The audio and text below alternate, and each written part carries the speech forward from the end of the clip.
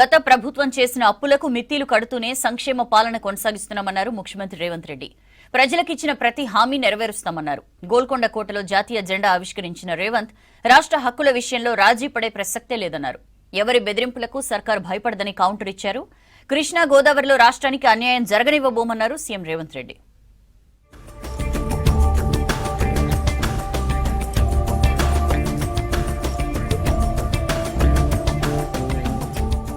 రాష్ట్ర వ్యాప్తంగా 15 ఆగస్టు వేడుకలు గ్రాండ్గా జరిగాయి. గోల్కొండ కోటలో జాతీయ పతాకాన్ని ఆవిష్కరించారు ముఖ్యమంత్రి రేవంత్ రెడ్డి.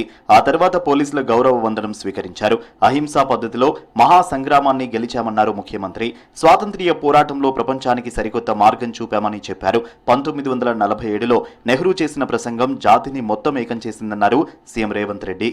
1947 ఆగస్టు 14వ తేదీ అర్ధరాత్రి దేశ ప్రజలను ఉద్దేశించి పండిత్ జవహర్లాల్ నెహ్రూ చేసిన ప్రసంగం కోట్లాది మంది భారతీయులను ఐక్యం చేసి లక్ష్యం వైపు నడిపించేలా చేసింది. ఆనాటి పండిత్ జవహర్లాల్ నెహ్రూ ప్రసంగాన్ని ఇప్పుడు మరోసారి స్మరించుకోవాల్సిన అవసరం కనిపిస్తుంది. మహనీయుల స్ఫూర్తితో తెలంగాణను అగ్రగామిగా నిలిపేందుకు కృషి చేస్తున్నామన్నారు సీఎం రేవంత్. సాహసోపేతమైన నిర్ణయాలతో ప్రపంచంతో పోటీ పడుతున్నామని వివరించారు. సంక్షేమ పథకాల్లో సరికొత్త రికార్డులు రాస్తున్నామన్నారు. సంక్షేమానికి కేరాఫ్ అంటే కాంగ్రెస్ పాలనని తెలిపారు రేవంత్.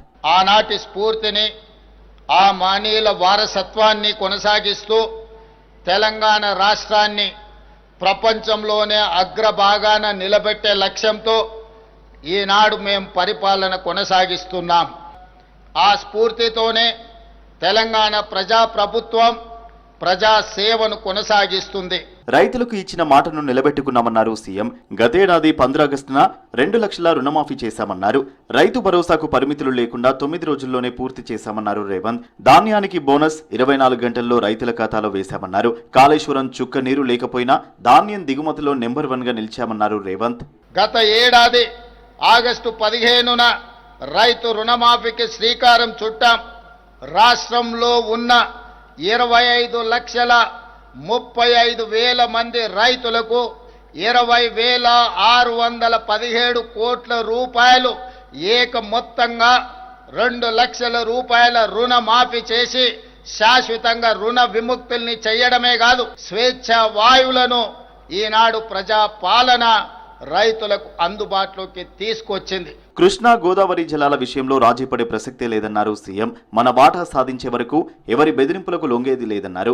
మన భూములు సస్యశ్యామలమయ్యాకే మరొకరికి నీళ్లివ్వడంపై ఆలోచిస్తామన్నారు. కృష్ణా జలాల్లో మన వాటా ఎట్టి పరిస్థితుల్లో వదులుకునేది లేదన్నారు సీఎం. కృష్ణానది గోదావరి జలాల్లో మన వాటాల సాధనలో రాజీ పడే సమస్యనే లేదు. ఆనాటి నుంచి ఈనాటి వరకు తెలంగాణ ప్రజల పోరాటమే సాగునీరు, తాగునీరు సాధించడం. అలాంటి తెలంగాణ ప్రజల భావోద్వేగమైన పేగుబంధం సాగునీటి ప్రాజెక్టులు. కృష్ణా గోదావరి నదులలో ప్రతి చుక్క తెలంగాణకు రావాల్సిన వాటాను సాధించి ఎవరి ఒత్తిడికి లొంగేది లేదు, ఎవరి ఆరోపణలకు బెదిరేది లేదు. మూసీ పునరుజ్జీవంతో హైదరాబాద్ వరదకు పరిష్కారం చూపుతామన్నారు సీఎం రేవంత్. హైదరాబాద్ గేట్వేతో తెలంగాణ ముఖ చిత్రాన్ని మార్చేస్తామని చెప్పారు. త్వరలో వరంగల్, ఆదిలాబాద్ ఎయిర్పోర్టులు అందుబాటులోకి వస్తాయన్నారు. శుభ్రమైన నగరమే లక్ష్యంగా ఏర్పాటు చేసిందే హైడ్రా అని చెప్పారు. హైదరాబాదును మిత్రులారా స్వచ్ఛమైన, శుభ్రమైన, సౌకర్యవంతమైన నగరంగా తీర్చిదిద్దాలని మా ప్రభుత్వం భావిస్తున్నది. ఆలోచన నుండి ఏర్పాటైనదే హైడ్రా వ్యవస్థ. హైడ్రా ఈరోజు అత్యంత ప్రజల సమస్యల పరిష్కారానికి ముందుకు వెళ్తుంది. తెలంగాణ రైజింగ్ 2047 పేరుతో విజనరీ డాక్యుమెంట్ ఏర్పాటు చేశామన్నారు సీఎం రేవంత్. దీన్ని డిసెంబర్ 9న ప్రజల ముందు ఉంచుతామని చెప్పారు. భారత్ కు గేమ్ చేంజర్ గా హైదరాబాద్ నిలుస్తుందన్నారు. ఈ దేశానికి తెలంగాణ ఒక రోల్ మోడల్ గా, ఈ దేశంలో నెంబర్ 1 రాష్ట్రంగా తెలంగాణ రాష్ట్రాన్ని తీర్చిదిద్దే బాధ్యత ప్రజా ప్రభుత్వం తీసుకుంటుందని మీ అందరికీ తెలియజేస్తున్నాను మిత్రులారా. 15 ఆగస్టు సందర్భంగా రాజ్భవన్ లో జరిగిన ఎట్ హోమ్ కార్యక్రమానికి హాజరయ్యారు సీఎం రేవంత్ రెడ్డి. రాజ్భవన్ లో గవర్నర్ దంపతులను కలిశారు సీఎం, మంత్రులు, ముఖ్య నేతలు. తర్వాత అంతా కలిసి తేనీటి విందులో పాల్గొన్నారు. డిప్యూటీ సీఎం బట్టితో పాటు మంత్రులు, ఎమ్మెల్యేలు, ఎమ్మెల్సీలు, ఎంపీలు, బీజేపీ సహా వామపక్షాల ప్రతినిధులు పాల్గొన్నారు. అయితే ప్రధాన ప్రతిపక్షం బీఆర్ఎస్ ఎట్ హోమ్ కు అటెండ్ కాలేదు. తెలంగాణ అభివృద్ధిపై ఎన్నో అపోహలు ఉండేవని, ప్రాపర్టీ షోలతో అవన్నీ పటాపంచలయ్యాయని అన్నారు CM Revanth Reddy. Real estate వ్యాపారులు, బిల్డర్లు పెట్టుబడులు పెట్టాలని, మీ పెట్టుబడులకు నాది భరోసా అన్నారు రేవంత్. తాను మధ్యతరగతి నుంచి వచ్చానని, కష్ట నష్టాలు తెలుసన్నారు. ప్రజోపయోగ పాలసీలు తీసుకురావడానికి తాను సిద్ధంగా ఉన్నానని చెప్పారు. తనకి ఇంగ్లీష్ రాకపోవచ్చని, కానీ తెలివితేటలున్నాయన్నారు సీఎం. అపోహలకు లొంగొద్దని, పార్టీల మధ్య విమర్శలు సహజమని చెప్పారు. క్రెడాయ్ ప్రాపర్టీ షోలో పాల్గొన్న సీఎం కీలక వ్యాఖ్యలు చేశారు.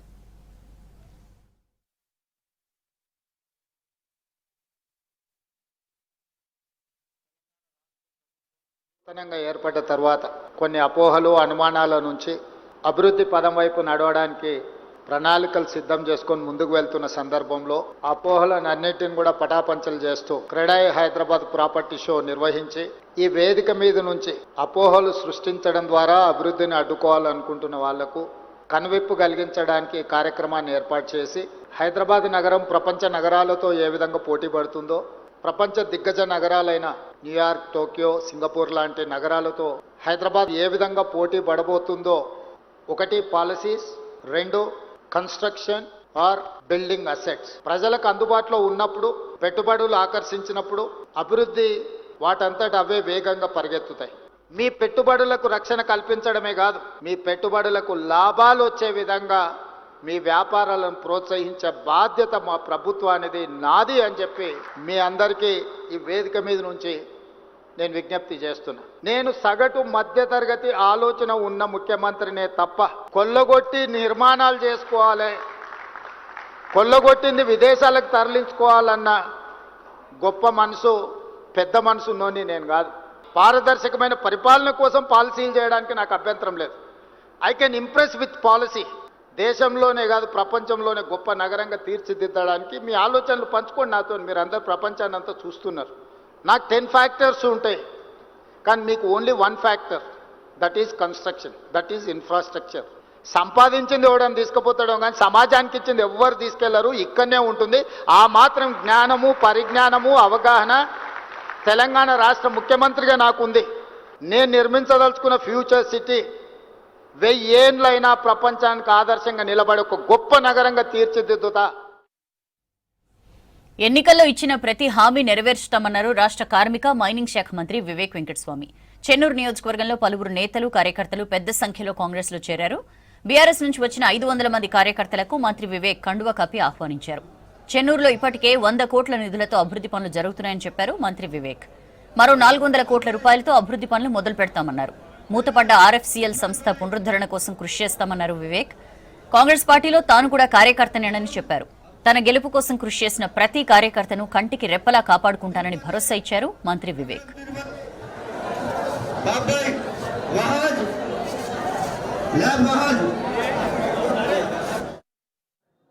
రైతుల రుణమాఫీ చేయడము, మనకు ఏదైతే మాట ఇచ్చినారో మనందరికీ ఇందిరమ్మ ఇల్లులు ఇవ్వాలి అని చెప్పి సుమారు 3500 ఇల్లు మన చెన్నూరు నియోజకవర్గానికి ఇవ్వడం జరిగింది. దీంట్లో నిజంగానే తొందరగా చాలామంది బీద ప్రజలు అందరికీ అనలైజ్ చేసిన తర్వాత, ఎంక్వైరీ చేసిన తర్వాత ఎవరికైతే నిజంగా బీదతనం ఉందో వాళ్ళందరికీ ఇల్లు ఇవ్వడం జరిగింది. తర్వాత నిరాశ పడేది అవసరం లేదు, ఎందుకంటే వచ్చే సంవత్సరంలో మళ్ళీ ఇప్పుడు త్వరలోనే ఇంకొక 3500 ఇల్లు మనకు మన బీద ప్రజల కోసము రాష్ట్ర ప్రభుత్వం ఇస్తుంది.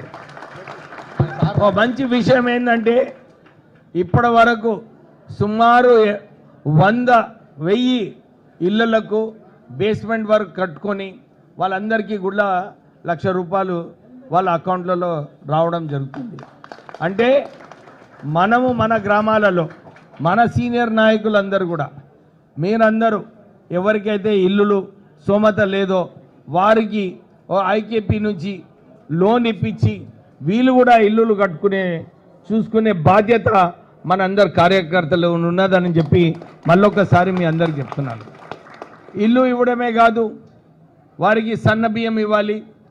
వారికి సన్న బియ్యం ఇస్తే మంచిగా పిల్లలకు మంచిగా తిండి పెట్టి వారు మంచిగా చదువుకునే అవకాశాలు కల్పించాలని చెప్పి మన రాష్ట్ర ప్రభుత్వము ఇంతకుముందు దొడ్డు బియ్యం ఏదైతే బియ్యం దందా చేసినారో ఇది లేకుండా సన్న బియ్యం ఇవ్వడం జరిగింది. ఈ దేశంలో ఏకైక రాష్ట్రం అన్నమాట.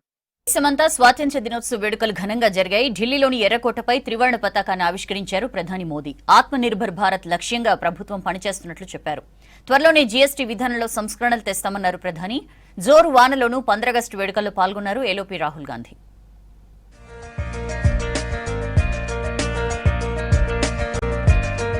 దేశవ్యాప్తంగా 79వ స్వాతంత్ర్య వేడుకలు గ్రాండ్గా జరిగాయి. ఢిల్లీలోని ఎర్రకోటపై త్రివర్ణ పతాకం ఎగరవేశారు ప్రధాని నరేంద్ర మోదీ. వరుసగా 12వసారి ఎర్రకోటపై జాతీయ జెండా ఆవిష్కరించారు. ఈ సందర్భంగా ఆకాశం నుంచి హెలికాప్టర్లతో పూల వర్షం కురిపించారు అధికారులు. అంతకుముందు త్రివిధ దళాల గౌరవ వందనం స్వీకరించారు ప్రధాని. అలాగే రాజ్ఘాట్లో మహాత్ముడికి నివాళి అర్పించారు మోదీ.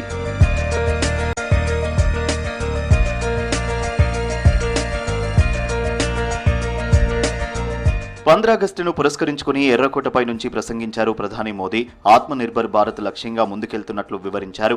విదేశీ కరెన్సీలైన డాలర్లు, పౌండ్లతో ఆత్మనిర్భర్ భారత్ సాధ్యం కాదని స్పష్టం చేశారు. ప్రపంచ మార్కెట్ను శాసించేలా ఇండియా ఎదగాలని పిలుపునిచ్చారు. రైతులు, మత్స్యకారుల సంక్షేమానికి అధిక ప్రాధాన్యత ఇస్తున్నట్లు చెప్పారు. త్వరలోనే జీఎస్టీ విధానంలో సంస్కరణలు తెస్తామన్నారు మోదీ. और मेरे प्यारे देशवासियों, विकसित भारत का आधार भी है आत्मनिर्भर भारत, और इसलिए प्रति पल जागरूक रहना पड़ता है आत्मनिर्भर होने के लिए। और मेरे प्यारे देशवासियों, हम नेक्स्ट जनरेशन जीएसटी रिफॉर्म्स लेकर के आ रहे हैं। ये दिवाली के अंदर आपके लिए तोहफा बन जाएंगे। శత్రు దేశాల అణుబెదిరింపులకు భయపడే ప్రసక్తే లేదన్నారు ప్రధాని మోదీ. ప్రపంచంలోని ఏ దేశం భారత్ను బ్లాక్మెయిల్ చేయలేదని చెప్పారు. పహల్గామ్లో మారణ హోమం సృష్టించిన వారిని నామరూపాలు లేకుండా చేశామన్నారు. ఆపరేషన్ సింధూర్ హీరోలకు సెల్యూట్ చేశారు. సింధు నదీ జలాలపై భారత్కు పూర్తి హక్కు ఉందని మరోసారి స్పష్టం చేశారు మోదీ. ऑपरेशन सिंदूर के वीर जाबाजों को सैल्यूट करने का अवसर मिला है। हमारे वीर जाबाज सैनिकों ने दुश्मनों को उनकी कल्पना से परे सजा दी है। हमारी सेना ने वो करके दिखाया जो कई दशकों तक कभी हुआ नहीं था। జోరు వానలోనూ స్వాతంత్ర్య వేడుకల్లో పాల్గొన్నారు రాష్ట్రపతి ముర్ము. ఢిల్లీలోని వార్ మెమోరియల్ను సందర్శించి అమర జవాన్లకు నివాళులు అర్పించారు. ప్రెసిడెంట్ ముర్ముతో పాటు రక్షణ మంత్రి రాజ్నాథ్ సింగ్, త్రివిధ దళాల అధిపతులు వార్ మెమోరియల్ను సందర్శించారు.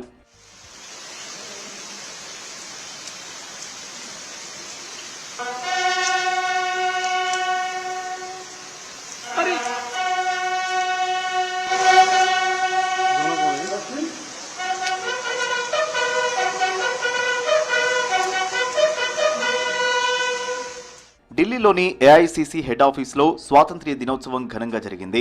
ఏఐసీసీ చీఫ్ మల్లికార్జున ఖర్గే జాతీయ పతాకాన్ని ఆవిష్కరించారు. ఎల్ఓపీ రాహుల్ గాంధీ సహా ముఖ్య నేతలు హాజరయ్యారు. భారీ వర్షంలో తడుస్తూ జెండా ఆవిష్కరణలో పాల్గొని దేశభక్తిని చాటుకున్నారు నేతలు.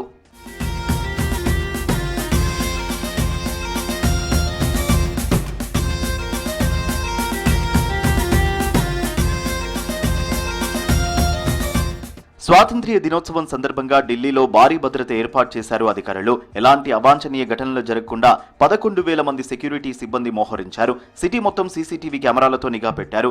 ఈసారి నయా భారత్ థీమ్తో 15 ఆగస్టు నిర్వహించింది ప్రభుత్వం.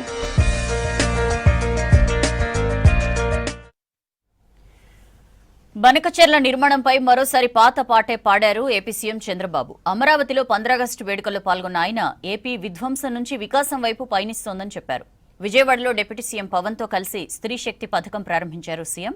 ఆడబిడ్డల జోలికొస్తే తాట తీస్తామని హెచ్చరించారు. అన్ని రంగాల్లో మహిళల్ని ప్రోత్సహించిన ఘనత సీఎం చంద్రబాబుదే అన్నారు మంత్రులు.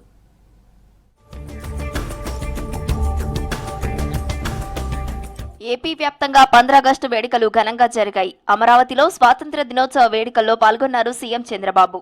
జాతీయ జెండాను ఆవిష్కరించారు. రాష్ట్రాన్ని సస్యశ్యామలం చేసేలా బనకచెర్ల ప్రాజెక్టును తలపెట్టామని, ఇందుకు కట్టుబడి ఉన్నామని తెలిపారు చంద్రబాబు. సముద్రంలో కలుస్తోన్న వరద జలాలను వినియోగించుకుంటే ఎగువ రాష్ట్రాలకు ఎలాంటి ఇబ్బంది ఉండదన్నారు. వరద నీటిని వాడుకుంటామంటే అభ్యంతరం చెప్పడం సమంజసమా అని ప్రశ్నించారు సీఎం. ఈ ప్రాజెక్టుతో ఏ రాష్ట్ర నీటి ప్రయోజనాలకు నష్టం వాటిల్లదు. ఎవరూ అభ్యంతరం చెప్పవలసిన అవసరం లేదు. వరదలు వచ్చినప్పుడు ఎగువ రాష్ట్రాలు నీటిని విడుదల చేస్తే దిగువ రాష్ట్రంగా ఆ నష్టాలను కష్టాలను భరిస్తున్నాం. దిగువ రాష్ట్రంగా అదే వరద నీటిని వాడుకుంటామంటే అభ్యంతరాలు ఎందుకని అడుగుతున్నా. వైసీపీ పాలనలో ప్రజలకు ఆనందం లేకుండా పోయిందన్నారు సీఎం చంద్రబాబు. మహిళలు బయటకొస్తే జాగ్రత్తగా ఇంటికెళ్లే పరిస్థితి ఉండేది కాదన్నారు. తమ ప్రభుత్వంలో ఎవరూ మహిళల జోలికి వెళ్లే సాహసం చేయరన్నారు. 15 ఆగస్టు సందర్భంగా విజయవాడలో స్త్రీశక్తి పథకాన్ని ప్రారంభించారు బాబు.